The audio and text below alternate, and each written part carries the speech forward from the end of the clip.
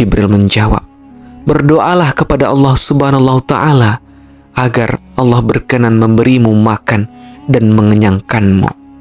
Seketika air mata Nabi Adam alaihissalam menetes di kedua pipinya. Ia teringat kembali dirinya di dalam surga ketika dapat memakan buah dari pohon-pohon yang ada di sana dan meminum airnya. Duhai kebahagiaan yang telah lenyap dan berlalu. Nabi Adam alaihissalam pun berdoa kepada Robnya, begitu juga dengan Siti Hawa. Suara perutnya yang lapar itu tidak juga mau berhenti, bahkan semakin keras dan terdengar jelas. Hingga rasa lapar itu seakan berubah menjadi pembunuh yang hendak mencabut nyawa Nabi Adam alaihissalam dan Siti Hawa. Mereka pun semakin bersungguh-sungguh dalam berdoa dan menghibahkan diri kepada Allah Subhanahu wa Ta'ala.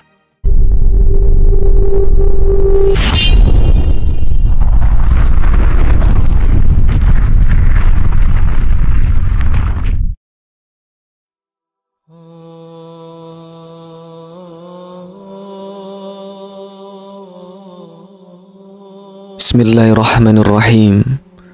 Assalamualaikum warahmatullahi wabarakatuh. Sahabat Syafar rahimakumullah, kami doakan semoga sahabat semua selalu dalam lindungan Allah. Allah mudahkan segala urusan serta Allah lancarkan rezeki sahabat. Amin ya rabbal alamin. Ulah hasutan iblis laknatullah. Nabi Adam alaihissalam bermaksiat kepada Allah Subhanahu wa Ta'ala dengan memakan buah dari pohon yang telah Allah haramkan untuknya di surga. Dan Siti Hawa juga turut memakan buah terlarang itu. Dan sebagai hukuman atas pelanggarannya, mereka diturunkan ke muka bumi. Iblis tertawa gembira telah berhasil menggoda mereka berdua untuk melanggar larangan Allah Subhanahu wa Ta'ala. Ia pun akhirnya juga diusir dari surga. Akhirnya mereka bertiga sama-sama diturunkan ke dunia. Nabi Adam alaihissalam dan Siti Hawa menyesali perbuatannya yang melanggar larangan Allah Subhanahu wa Ta'ala. Namun lain halnya dengan iblis. Ia malah senang karena telah berhasil menyesatkan Nabi Adam alaihissalam dan Siti Hawa. Saat itulah Nabi Adam alaihissalam sadar bahwa iblis adalah musuh baginya dan bagi seluruh anak cucunya. Kemudian Nabi Adam alaihissalam menangis dan bertobat kepada Rabb-Nya. Demikian pula dengan Siti Hawa. Allah Maha Penerima taubat, dan Allah pun menerima taubat mereka berdua dan berjanji akan memasukkan mereka ke dalam surga untuk kedua kalinya. Baik Nabi Adam maupun Siti Hawa, mereka hidup seorang diri di atas hamparan bumi yang begitu luas. Nabi Adam alaihissalam melihat ke sana kemari dan tidak menemukan satu orang pun. Ia pun memanggil-manggil, tapi tidak ada yang didengarnya selain gema suaranya sendiri. Ia teringat pada hari ketika masih di surga. Malaikat berkeliling di sekitar arsy sambil mengucapkan tasbih kepada Allah, tahmid dan mensucikannya. Nabi Adam alaihissalam bergumam lirih, "Wahai Rabbku, sendiri aku bertasbih kepadamu di atas bumi yang begitu luas ini. Tidakkah ada orang lain yang juga bertasbih kepadamu?" Lalu Allah Subhanahu wa Ta'ala kemudian berjanji kepada Nabi Adam alaihissalam akan menjadikan keturunan dan anak cucunya sebagai orang-orang yang bertasbih dan bertahmid kepadanya. Lalu membangun masjid-masjid untuk sholat dan berzikir kepada Allah. Di antara masjid-masjid tersebut salah satunya akan menjadi Baitullah Al-Haram atau rumah Allah yang suci. Manusia berbondong-bondong menuju ke sana, bertawaf di sekelilingnya dan datang dari segala penjuru dunia. Itulah rumah Allah Subhanahu wa Ta'ala yang pertama kali dibangun di muka bumi ini. Kemudian Nabi Adam alaihissalam bertanya, "Wahai Rabbku, di manakah letak Baitullah Al-Haram ini? Allah Subhanahu wa Ta'ala memberitahukan bahwa rumah itu berada di Makkah, sebuah negeri Allah yang sangat suci. Nabi Adam alaihissalam merasa rindu sekali ingin mengunjungi Baitullah Al-Haram yang ada di Mekah. Melihat kesungguhan Nabi Adam alaihissalam, Allah pun memerintahkannya untuk pergi ke Makkah, tempat di mana Baitullah Al-Haram berada, untuk tawaf dan berzikir kepada Rabb-Nya di sana. Nabi Adam alaihissalam berlari, dan semakin kencang larinya, ia segera ingin bertawaf mengelilingi Baitullah sebagaimana para malaikat berputar mengelilingi Baitul Ma'mur yang ada di langit dan di sekitar arsy Allah Subhanallahu Ta'ala. Seakan memiliki bulu dan dua sayap, Nabi Adam alaihissalam pun sampai di Makkah dengan cepat.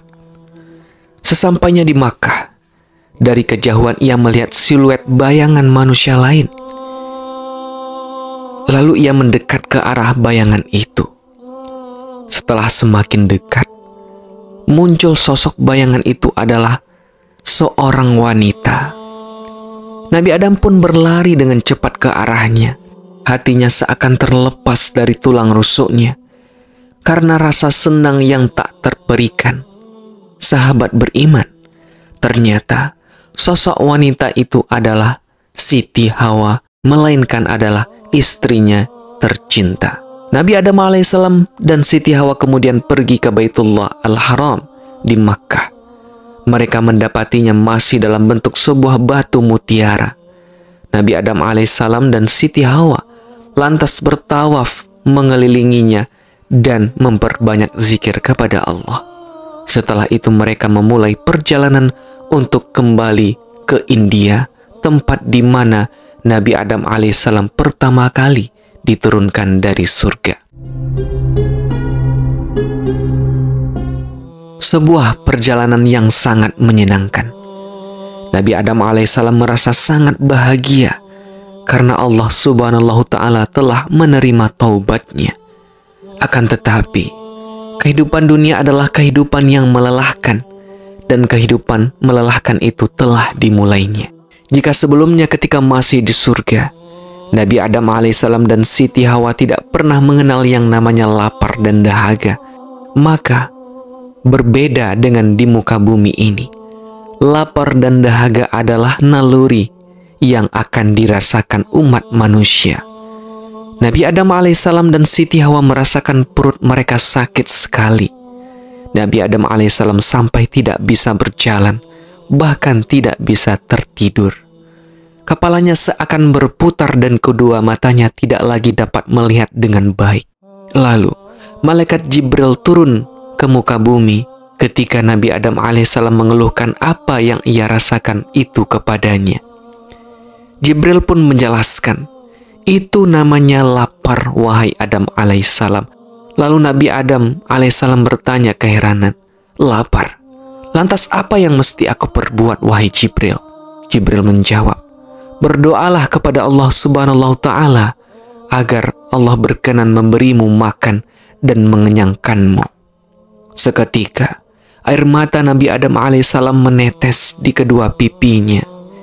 Ia teringat kembali dirinya di dalam surga ketika dapat memakan buah dari pohon-pohon yang ada di sana dan meminum airnya. Duhai kebahagiaan yang telah lenyap dan berlalu. Nabi Adam alaihissalam pun berdoa kepada Rabb-Nya. Begitu juga dengan Siti Hawa. Suara perutnya yang lapar itu tidak juga mau berhenti, bahkan semakin keras dan terdengar jelas. Hingga rasa lapar itu seakan berubah menjadi pembunuh yang hendak mencabut nyawa Nabi Adam alaihissalam dan Siti Hawa. Mereka pun semakin bersungguh-sungguh dalam berdoa dan menghibahkan diri kepada Allah Subhanahu Ta'ala. Lalu, malaikat Jibril turun dengan membawakan beberapa butir biji gandum. Ia kemudian berkata kepada Nabi Adam alaihissalam setelah meletakkan biji tersebut di tangannya. Nabi Adam alaihissalam begitu gembira, lalu ia berkata, bolehkah aku memakannya sekarang? Jibril menjawab, "Tidak, Adam, tapi tanamlah biji itu terlebih dahulu di tanah." Lalu Nabi Adam alaihissalam pun menaburkan biji gandum tersebut di atas tanah, dan seketika itu juga Allah subhanahu wa ta'ala menumbuhkannya. Melihat itu, Nabi Adam alaihissalam sangat senang sekali dan berkata kepada Jibril, "Bolehkah aku memakannya sekarang, wahai Jibril?" Jibril menjawab, "Nanti dulu Adam, panenlah gandum itu terlebih dahulu." Nabi Adam alaihissalam bertanya, "Bagaimana cara memanennya, wahai Jibril?" Malaikat Jibril pun kemudian mengajarkan kepada Nabi Adam alaihissalam bagaimana cara memanen sebuah gandum. Nabi Adam pun memanen biji gandum tersebut, sementara rasa lapar seakan hendak membunuhnya, tapi tidak ada cara lain baginya selain melakukan apa yang telah diperintahkan oleh malaikat Jibril. Nabi Adam alaihissalam melihat Siti Hawa menangis merintih menahan rasa lapar. Maka ia pun semakin keras dalam bekerja sehingga berhasil menyelesaikan pekerjaannya untuk memanen gandum tersebut. Ia kemudian memuji Rabb-Nya lalu berkata kepada Jibril, "Sekarang aku dan Siti Hawa sudah bolehkah memakannya, wahai Jibril?" Jibril menjawab, "Belum, kupaslah kulit gandum itu terlebih dahulu." Nabi Adam alaihissalam kembali bertanya. Di tengah rasa lelah nyaris membunuhnya, "Bagaimana cara mengupasnya, wahai Jibril?" Malaikat Jibril kemudian mengajarkan kepadanya cara mengupas biji gandum. Nabi Adam alaihissalam pun melakukannya dengan cepat. Ia mengira bahwa waktu makan sudah tiba begitu ia selesai mengupasnya.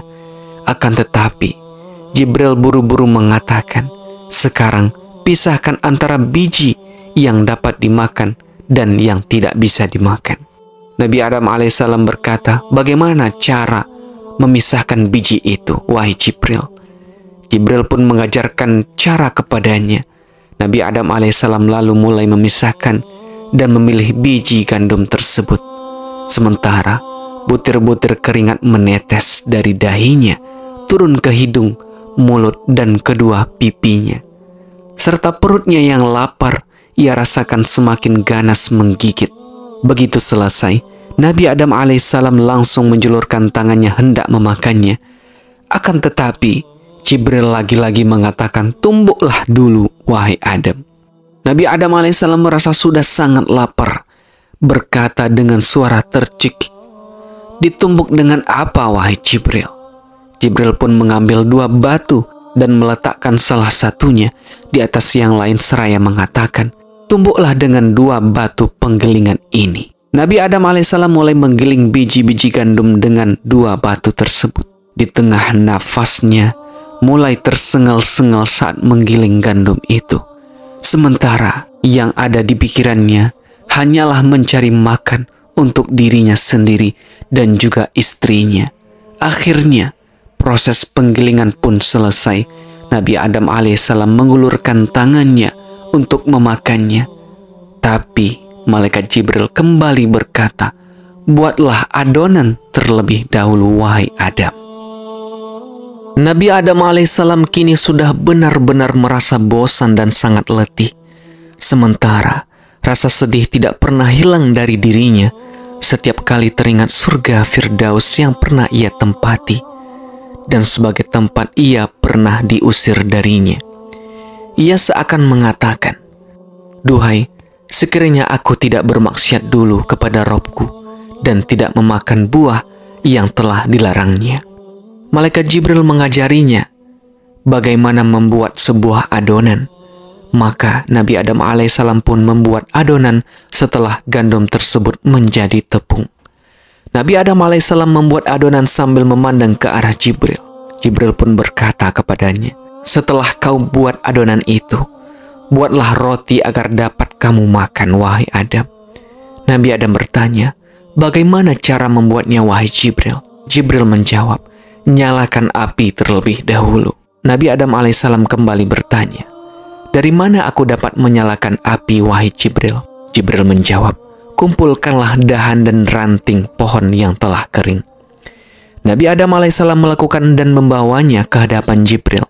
Lalu malaikat Jibril mengambil 2 batu, kemudian memukulkan keduanya hingga memercikkan bunga api, sehingga membakar dahan dan ranting kering tersebut. Ketika Nabi Adam alaihissalam meletakkan adonan yang hendak dibuat roti di atas api tersebut, tiba-tiba ia terkena sengatan api hingga merasa kesakitan. Jibril pun berkata kepadanya, "Wahai Adam, kau telah bermaksiat kepada Allah Subhanahu wa Ta'ala, karenanya api itu menyengatmu." Beberapa saat kemudian, adonan itu telah menjadi roti.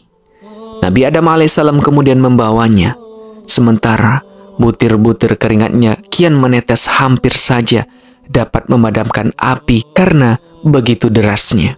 Rasa lapar itu juga hampir membunuhnya, dan air matanya juga begitu deras mengalir karena perasaan sedih yang begitu mendalam akibat dikeluarkan dari surga. Proses pembuatan roti itu kini sudah selesai. Lalu Jibril berkata kepada Adam, "Sekarang makanlah wahai Adam." Nabi Adam alaihissalam lantas membawa roti itu ke Siti Hawa dan keduanya pun makan.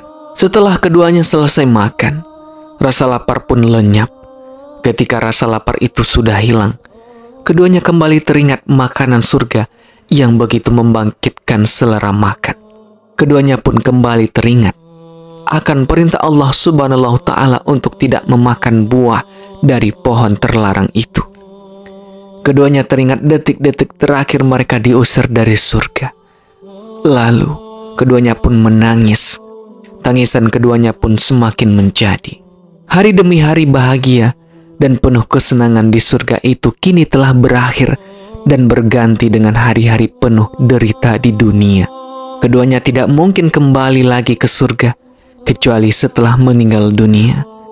Sungguh waktu yang sangat panjang. Betapa keras di dunia bila dibandingkan dengan kehidupan di surga. Begitulah kiranya kondisi yang dialami oleh Nabi Adam alaihissalam dan Siti Hawa. Keduanya beraktivitas di alam yang sepi lagi luas ini, berjuang keras tanpa ada orang lain yang membantu dan menolong mereka. Allah Subhanahu wa Ta'ala kemudian menurunkan ajaran dan syariat kepada Nabi Adam alaihissalam. Pada waktu itu Nabi Adam alaihissalam bertanya-tanya, "Aku dan Siti Hawa hanya hidup berdua dan tidak ada orang lain bersama kita. Lantas, untuk siapa syariat dan ajaran itu ditujukan, wahai Rabbku?" Nabi Adam alaihissalam teringat bahwa Allah pernah berjanji kepadanya akan menjadikan anak-anak cucunya memenuhi bumi ini. Untuk itu, ia menunggu-nunggu kapan ia diberikan keturunan. Beberapa waktu kemudian, Siti Hawa kemudian hamil. Dan betapa senang hati Nabi Adam alaihissalam karena ia akan menjadi seorang ayah. Sementara Siti Hawa mengalami kesakitan seperti yang dialami wanita hamil pada umumnya, berupa rasa letih dan nyeri. Beberapa kali ia hampir meninggal dunia sebelum melahirkan janin yang ada di dalam kandungannya. Sampai akhirnya saat-saat yang ditunggu-tunggu itu pun tiba. Siti Hawa pun melahirkan anak yang dikandungnya. Allah Subhanahu wa Ta'ala mengaruniakan kepadanya anak yang kembar, laki-laki dan perempuan. Nabi Adam alaihissalam menatap lekat kedua anaknya. Ia kemudian menamai yang laki-laki bernama Qabil dan yang perempuan bernama Iklimiyah. Ia adalah seorang anak perempuan yang cantik dan mempesona. Siapapun yang memandang wajahnya tidak akan pernah merasa bosan melihat kecantikannya. Beberapa bulan kemudian Siti Hawa mengandung lagi. Ia kembali merasakan sakitnya mengandung sampai datang waktu melahirkan. Anak yang ia lahirkan lagi-lagi kembar, laki-laki dan perempuan, yang kemudian Nabi Adam alaihissalam menamai anak mereka. Yang laki-laki dinamai Habil dan yang perempuan bernama Labuda. Keempat anak tersebut kemudian tumbuh bersama-sama dalam bimbingan Nabi Adam alaihissalam dan asuhan ibunda yang begitu penyayang Siti Hawa. Iklimiyah lebih cantik dan lebih aktif daripada Labuda. Namun hal itu sama sekali tidak mengusik Nabi Adam alaihissalam yang mencintai semua anak-anaknya dengan sama rata tanpa pilih kasih.